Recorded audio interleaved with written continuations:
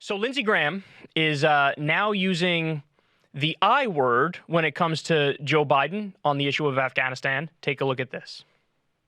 If we leave one American behind, if we don't get all those Afghans who stepped up to the plate to help us out, then Joe Biden, in my view, has committed a high crime and misdemeanor under the Constitution and should be impeached. Impeach the commander-in-chief over ending a war. You know where the president of the United States has the most leeway and the most say? When it comes to issues of war and peace, especially ending a war. There are handcuffs when it comes to starting one, for sure. In fact, the founders left that responsibility with Congress. When it comes to ending wars, the commander-in-chief has every right to do that. He has the ability to do that. He's above the generals. He's the commander-in-chief. He's saying, let's impeach him for the withdrawal from Afghanistan. I want you to think about how insane that is. Joe Biden, not too long ago even, did an illegal bombing in Syria. In fact, he did two of them, two illegal bombings in Syria. There was no congressional authorization. We are not currently active in that country, or at least we shouldn't be if you were following the law. There's no direct threat to the United States of America. And he bombed, and then he made some cockamamie argument about, no, it is, a defense against an imminent threat or whatever. Nobody said anything against that. The media didn't say anything against that. The Republicans didn't say anything against that. The Democrats didn't say anything against that. So you had complete unanimity. The president can willy-nilly bomb whoever they want, even if there's no declaration of war.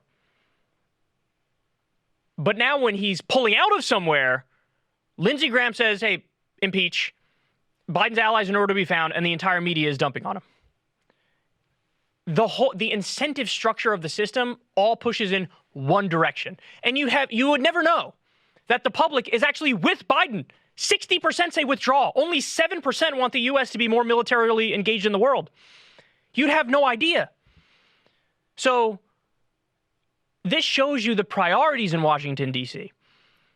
We are so far removed from the days of FDR when he made everybody bend to his progressive agenda in the areas where he was progressive, like the New Deal, for example. Now it's the exact opposite. Now they talk about maybe impeaching over pulling out of a war. And by the way, notice what he said. Oh, if any one of our people or if any one of our allies ends up dying, then you should impeach. What's embedded in that? What's the admission in that? None of our allies and no Americans have died yet.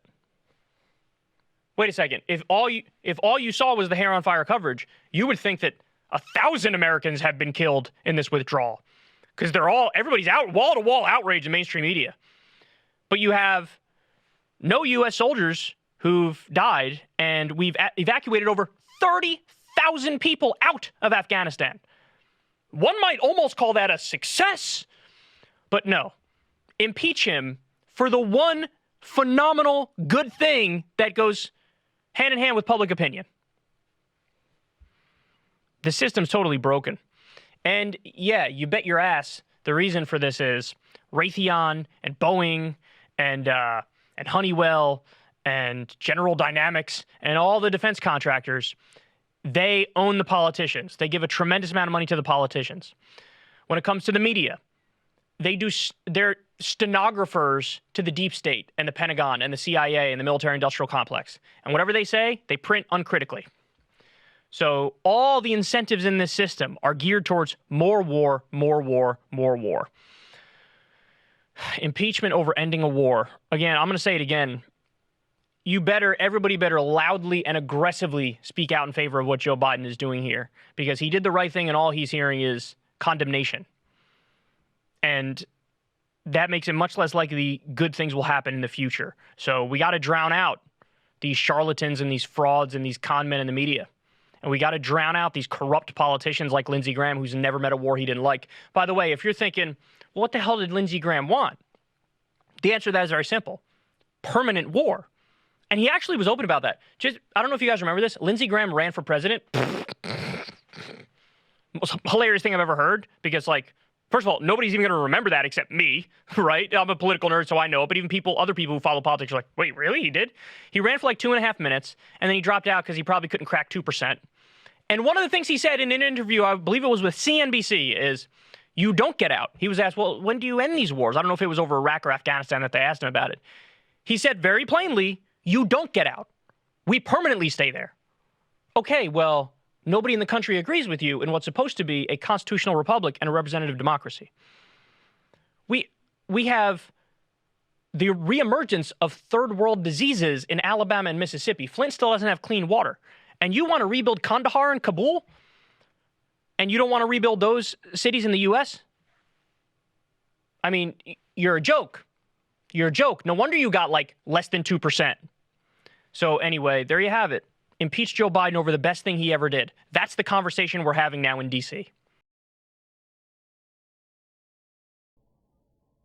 Ever since Adpocalypse, when YouTube defunded all independent news and politics overnight, we haven't trusted them. We know they can pull the rug out from underneath us at any time. If you enjoy this content, please consider tipping $1 or $2 per month on the Secular Talk Patreon. Link in the video description box below. Thanks for your support.